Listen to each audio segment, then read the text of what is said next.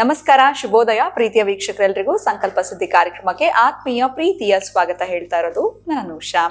ಕಾರ್ಯಕ್ರಮ ವೀಕ್ಷಿಸ್ತಾ ಇರುವಂತಹ ಸಮಸ್ತ ವೀಕ್ಷಕರಿಗೂ ಶ್ರೀಕೃಷ್ಣ ಜನ್ಮಾಷ್ಟಮಿಯ ಶುಭಾಶಯಗಳನ್ನ ತಿಳಿಸ್ತಾ ಇವತ್ತಿನ ಕಾರ್ಯಕ್ರಮನ ಪ್ರಾರಂಭ ಮಾಡ್ತಾ ಇದ್ದೀವಿ. ಇನ್ನು ಎಂದಿನಂತೆ ಕಾರ್ಯಕ್ರಮದಲ್ಲಿ ನಮಸ್ತಲಿದ್ದಾರೆ ಸ್ಪಿರಿಚುವಲ್ ಗುರು ಡಾಕ್ಟರ್ ವಿಷ್ಣು ದತ್ತಾ ಗುರುಜಿಯವರು. ಗುರುಗಳನ್ನ ಕಾರ್ಯಕ್ರಮಕ್ಕೆ ಬರ್ಮಾಡ್ಕೊಳ್ಳೋಣ.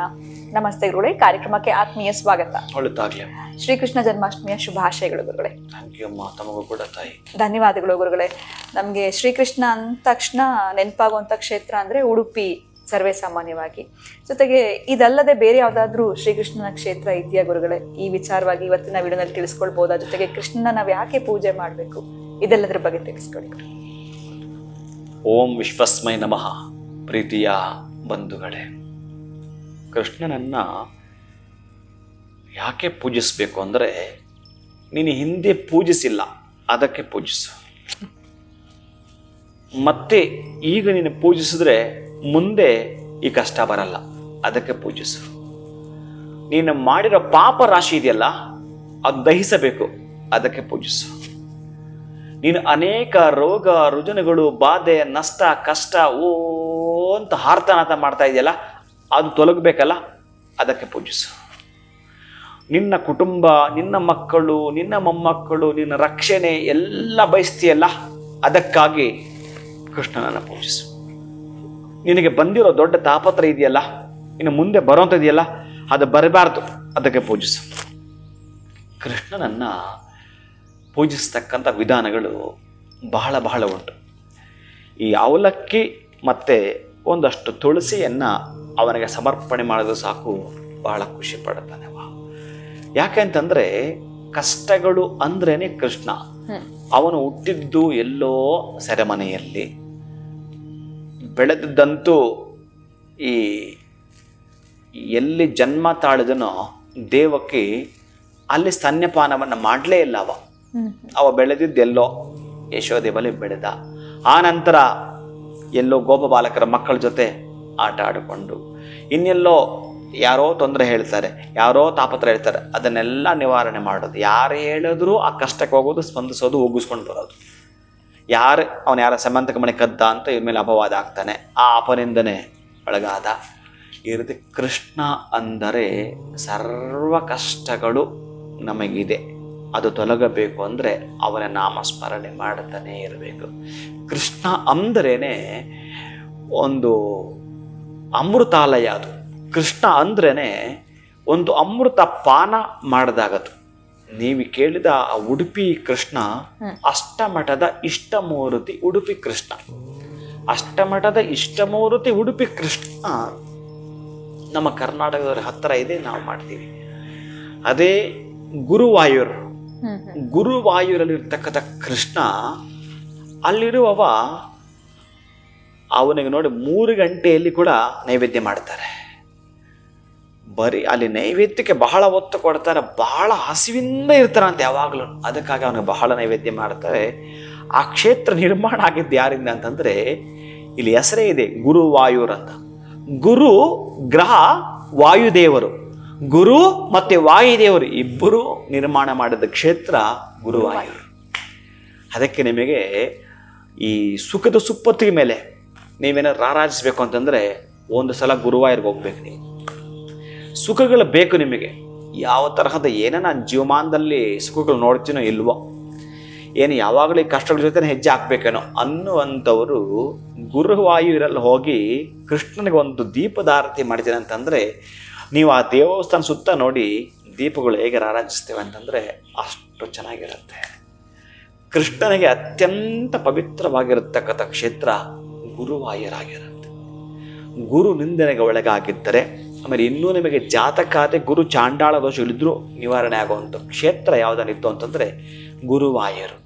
ಆಮೇಲೆ ಡಾಕ್ಟ್ರು ಹೇಳಿದ್ದಾರೆ ನಮಗೆ, ಈ ಉಸಿರಾಟ ತೊಂದರೆ ಇದೆ ಅಂತಂದರೆ ಅಂತಹ ತೊಂದರೆಯಿಂದಲೂ ಕೂಡ ನಿಮಗೆ ಈ ಆರ್ಟಿಗೆ ಸಂಬಂಧಪಟ್ಟ ತೊಂದರೆ ಬರಬಾರ್ದಂದ್ರೂ ಕೂಡ ನೀವು ಒಂದು ಸಲ ಗುರುವಾಯೂರು ಕ್ಷೇತ್ರಕ್ಕೆ ಹೋಗಿ ಒಂದು 10 ನಿಮಿಷಗಳ ಕಾಲ ಇದ್ದು ಬನ್ನಿ. ಇವತ್ತು ನೀವು ಪೂಜೆ ಮಾಡ್ತಾ ಇದ್ದೀರಿ, ತುಂಬ ಸಂತೋಷ, ಖುಷಿ. ಯಾರೆಲ್ಲ ಕಡೆ ಕೃಷ್ಣನನ್ನ ಪೂಜೆ ಮಾಡ್ತಿದ್ರು, ಗುರುಗಳ ನಾನು ಇವತ್ತು ಒಂದು ಅಷ್ಟೋತ್ತರ ಹೇಳಿದೆ, ಅವರು ಕೂಡ ಒಂದು ಕಾಮೆಂಟ್ ಹಾಕಿ.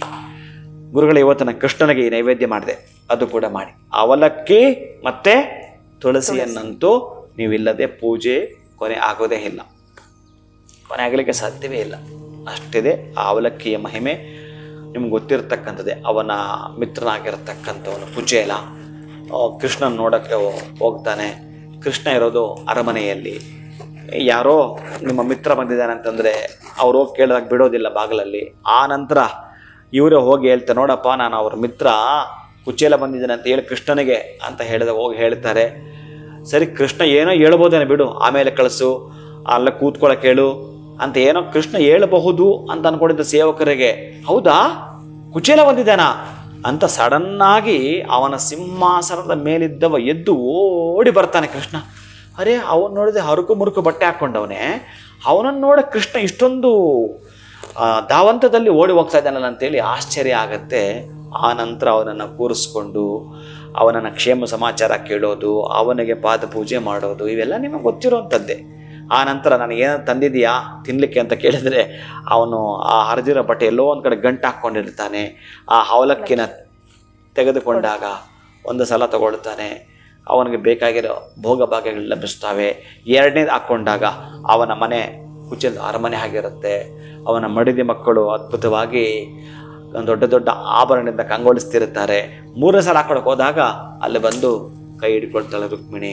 ಅಯ್ಯ, ಈಗಾಗಲೇ ದಾರಿ ಹರಿದಾಕಿದೀಯಾ, ಮತ್ತೂ ನೀನೇನಾದ್ರೂ ಮೂರನೇ ಸಲ ಹಾಕ್ಕೊಂಡ್ರೆ ಈ ಪ್ರಪಂಚ ಅವನಿಗೆ ದಾರಿ ಹರಿದು ಬಿಡ್ತೀಯಾ ಅಂತ ಹೇಳಿ ಕೈ ಹಿಡ್ಕೊಳ್ತಾಳೆ ರುಕ್ಮಿಣಿ. ಕೃಷ್ಣ ಹತ್ರ ಹಾಗೆ, ನೀವು ಅವನನ್ನು ನಂಬಿ ಇಷ್ಟಾಪೂರ್ತ ಮಾಡಿದರೆ ನಿಮ್ಮ ಎಲ್ಲದರಲ್ಲೂ ಕೂಡ ಇಷ್ಟ ಇದೆ, ಅದನ್ನು ಪೂರ್ತಿ ಮಾಡ್ತಾನೆ ಕೃಷ್ಣ. ಅದಕ್ಕಾಗಿ ಅವನನ್ನು ಕೊಂಡಾಡಬೇಕು. ಒಂದು ಸಲ ಈ ಕೃಷ್ಣ ಈ ರುಕ್ಮಿಣಿ ಕೂತಿದ್ದಾಗ, ಕೃಷ್ಣ ನಾನಂದ್ರೆ ನಿಂಗೆ ಎಷ್ಟು ಇಷ್ಟ, ನೀನು ಭಾಳ ಇಷ್ಟ ಕಣೆ, ತುಂಬ ಅಂದರೆ ತುಂಬ ಇಷ್ಟ ನೀನಂದರೆ ನನಗೆ ಭಾಳ ಇಷ್ಟ. ಎಷ್ಟು ಇಷ್ಟ, ಹೇಗೆ ಹೇಳಲಿ ಅದನ್ನು, ಹೀಗೆ ಹೇಳ ಹೀಗೆ ಹೇಳ ಹೀಗೆ ಹೇಳ, ಅಷ್ಟು ಬೆಟ್ಟದಷ್ಟು ಇಷ್ಟ. ನಾನು ನಿನ್ನ ದೇಹದಲ್ಲಿ ಎಲ್ಲೆಲ್ಲಿದ್ದೀನಿ, ನೀನು ನನ್ನ ರೋಮ ರೋಮದಲ್ಲಿ ಇದೆಯಾ ರುಕ್ಮಿಣಿ, ನನ್ನ ನರನಾಡಿಗಳಿದೆಯಾ ರುಕ್ಮಿಣಿ, ನನ್ನ ರಕ್ತದಲ್ಲಿದೆಯಾ ರುಕ್ಮಿಣಿ, ನನ್ನ ಎಲುಬು ಮಾಂಸ ಮಸ್ತಿ ಎಲ್ಲ ಮೂಳೆ ಎಲ್ಲದ್ರಲ್ಲಿ ನೀನಿದೆಯಾ, ನನ್ನ ಉಸಿರಾಟದಲ್ಲಿ ನೀನಿದೆಯಾ ರುಕ್ಮಿಣಿ, ನನ್ನ ಕಣ್ಣುಗಳು ನೀನಿದೆಯಾ ರುಕ್ಮಿಣಿ, ನನ್ನ ಸರ್ವಾಂಗಗಳಲ್ಲೂ ಕೂಡ ನೀನೇ ಮಿನುಗುತ್ತಾ ಇದೆಯಾ ರುಕ್ಮಿಣಿ, ಎಲ್ಲದರಲ್ಲೂ ನೀನೇ ಇದೆಯಾ ರುಕ್ಮಿಣಿ. ಸರಿ ಕೃಷ್ಣ, ಇನ್ನೊಂದು ಕೇಳ್ಬೋದಾ? ಕೇಳು. ಹಾಗಿದ್ದರೆ ನಾನು ಎಲ್ಲಿಲ್ಲ. ಓ ನೀನು ನನ್ನ ಎಲ್ಲ ಅವಯವಗಳಲ್ಲೂ ತುಂಬಿಕೊಂಡಿರೋಂಥ ನೀನು ನನ್ನ ಹಣೆ ಬರದಲ್ಲಿಲ್ಲ ಅಂತ ಕೃಷ್ಣ ಹೇಳ್ತಾನೆ. ಅವಗಳು ಅವಾಕ್ಕಾಗ್ತಾಳೆ. ಅರೆ ಎಂಥ ಇದು ನೋಡಿ, ಈ ಪ್ರೀತಿ ಅನ್ನೋದು ಎಷ್ಟು ಖುಷಿ ಕೊಡುತ್ತೋ ಅಷ್ಟು ದುಃಖ ಕೊಡುತ್ತೆ.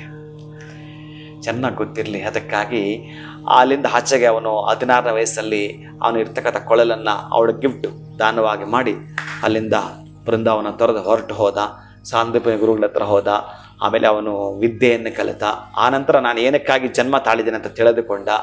ಆನಂತರ ಅವನು ಯದಾ ಯದಾ ಹಿ ಧರ್ಮಸ್ಯ ಗ್ಲಾನಿರ್ಭವತಿ ಭಾರತ ಅಭ್ಯುತ್ಥಾನಂ ಅಧರ್ಮಸ್ಯ ಅನ್ನೋದೇನು ಶ್ಲೋಕ ಹೇಳುತ್ತೋ ಅದಕ್ಕಾಗಿ ಕೃಷ್ಣ ಹುಟ್ಟಿದ. ಎಲ್ಲಿ ಎಲ್ಲಿ ಅಧರ್ಮ ಇದೆಯೋ ಅದನ್ನು ಅಳಿಸಲು ನಾನು ಬರುತ್ತೇನೆ, ಸ್ವಯಂ ನಾನೇ ಬರುತ್ತೇನೆ ಅಂತ ಕೃಷ್ಣ ಹೇಳಿರ್ತಕ್ಕಂಥ ಶ್ಲೋಕ ನಿಮಗೆಲ್ಲ ನೆನಪಿದೆ.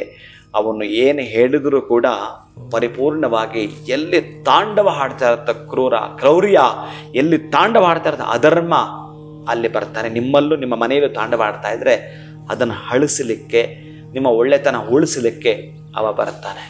ಅದಕ್ಕಾಗಿ ಈ ಶ್ಲೋಕವನ್ನು, 2 ಶ್ಲೋಕವನ್ನು ದಯವಿಟ್ಟು ಇವತ್ತು ನಿಮ್ಮ ಮಕ್ಕಳಿಗೆ ಹೇಳಿಕೊಡಿ.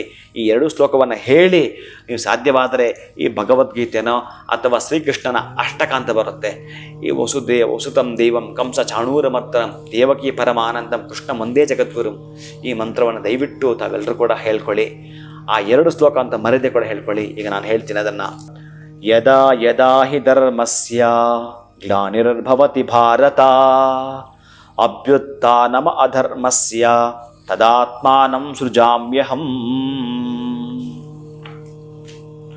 ಪರಿತ್ರಾಣಾಯ ಸಾಧೂನಾಂ ವಿನಾಶಾಯ ಚ ದುಷ್ಕೃತಾಂ ಧರ್ಮ ಸಂಸ್ಥಾಪನಾರ್ಥಾಯ ಸಂಭವಾಮಿ ಯುಗೇ ಯುಗೇ ಸಂಭವಾಮಿ ಯುಗೇ ಯುಗೇ. ಎಲ್ಲಿ ಅಧರ್ಮ ಇರುತ್ತೋ ಧರ್ಮ ರಕ್ಷಕನಾಗಿ ಅಲ್ಲಿ ಬರುತ್ತೇನೆ. ಅರ್ಜುನನ ಕೇಳುವಾಗ ಇದೆಲ್ಲ ಹೇಳುವಂಥದ್ದು. ಅದಕ್ಕಾಗಿ ಈ ಶ್ಲೋಕಗಳನ್ನಾದರೂ ಹೇಳ್ಕೊಡ್ತಾ ಬನ್ನಿ. ಸಂಭವಾಮಿ ಯುಗೆ ಯುಗೆ, ಎಲ್ಲೆಲ್ಲಿ ಬರ್ತಾನೆ, ಎಲ್ಲ ಯುಗದಲ್ಲೂ ಬರ್ತಾನೆ ಅವನು. ಅಂದರೆ ಈ ಕೃತಯುಗದಲ್ಲೂ ಅವನೇ, ದ್ವಾಪರದಲ್ಲೂ, ತ್ರೈತದಲ್ಲೂ, ಕಲಿಯುಗದಲ್ಲೂ ಅವನೇ. ಈ ಅವತಾರಗಳು ಬೇರೆ ಬೇರೆ ಇದ್ದರೂ ಮೂಲ ಹೆಸರು ಕೃಷ್ಣನೇ. ಅಂತಹ ಕೃಷ್ಣನನ್ನು ನೀವು ಆಡಿಕೊಂಡಾಡ್ತಕ್ಕಂತಹ ದಿನ ಇದು, ಅವನು ಹುಟ್ಟಿದ ದಿನ ಇದು. ಕೆಲವರು ಅಷ್ಟಮಿಗೆ ಮಾಡ್ತಾರೆ, ಕೆಲವರು ಮಧ್ಯರಾತ್ರಿ ಆಚರಣೆ ಮಾಡ್ತಾರೆ, ಇನ್ನು ಕೆಲವರಂತೂ ಕೂಡ ಅವನ ರೋಹಿಣಿ ನಕ್ಷತ್ರ ಇದ್ದಾಗ ಮಾಡ್ತಾರೆ. ಯಾವತ್ತು ನಿಮ್ಗೆ ಖುಷಿ ಅನಿಸುತ್ತೋ ಆವತ್ತು ಮಾಡಿ. ಮಕ್ಕಳಿಗೆ ಕೃಷ್ಣನ ವೇಷ ಹಾಕ್ಸುವಂಥದ್ದು, ಅದರ ಒಳಗೆ ಕೃಷ್ಣನ ಆವಾಹನೆ ಮಾಡಬೇಕು ನೀವು. ಆ ಕೃಷ್ಣನ ಅಂಶಗಳು ಆ ಮಗುಗೆ ಆವಾಗ ಬರ್ತವೆ. ಅದಕ್ಕಾಗಿ ಇನ್ನು ನಾನು ಹೆಚ್ಚಿಗೆ ಹೇಳೋದು ಬೇಡ. ತುಳಸಿಯನ್ನು ನಾನು ಮೊನ್ನೆ ಅಷ್ಟೇ ಹೇಳಿದ್ದೀನಿ, ಆ ಪದಾರ್ಥ ನೀವು ದಾನ ಮಾಡ್ತೀರಿ. ಇವತ್ತು ತುಳಸಿ ಅವಲಕ್ಕಿಯನ್ನು ಇಟ್ಟು ನೈವೇದ್ಯ ಮಾಡಿ ಮಕ್ಕಳಿಗೆ ಕೊಡಿಯಪ್ಪ. ಇನ್ನು ಕೃಷ್ಣನಿಗೆ ಬಿಟ್ಟುಬಿಡಪ್ಪ. ಸರ್ವಂ ಶ್ರೀಕೃಷ್ಣ ಅರ್ಪಣಮಸ್ತು. ಖಂಡಿತ ಗುರುಗಳೇ, ನಮ್ಮ ಕಷ್ಟ ಕಾರ್ಪಣ್ಯಗಳು ದೂರ ಆಗಬೇಕು ಅಂತಂದರೆ ಇವತ್ತು ಶ್ರೀಕೃಷ್ಣ ಜನ್ಮಾಷ್ಟಮಿಯ ಆಚರಣೆ ಹೇಗೆ ಮಾಡಬೇಕು, ಇನ್ನು ಮರಿದೆ ಅವಲಕ್ಕಿ ತುಳಸಿಯನ್ನು ನೈವೇದ್ಯ ಮಾಡಬೇಕು ಅನ್ನೋದ್ರ ಬಗ್ಗೆ ತಿಳಿಸ್ಕೊಟ್ರಿ. ಕೃಷ್ಣ ಅಂದ ತಕ್ಷಣ ಉಡುಪಿ ಕ್ಷೇತ್ರ ಅಷ್ಟೇ ನಮಗೆ ಜ್ಞಾಪಕ ಬರ್ತಾ ಇತ್ತು, ಆದರೆ ಗುರುವಾಯೂರು ಕ್ಷೇತ್ರದ ಮಹಿಮೆಯನ್ನು ಕೂಡ ನಮಗೆ ತಿಳಿಸ್ಕೊಟ್ರಿ.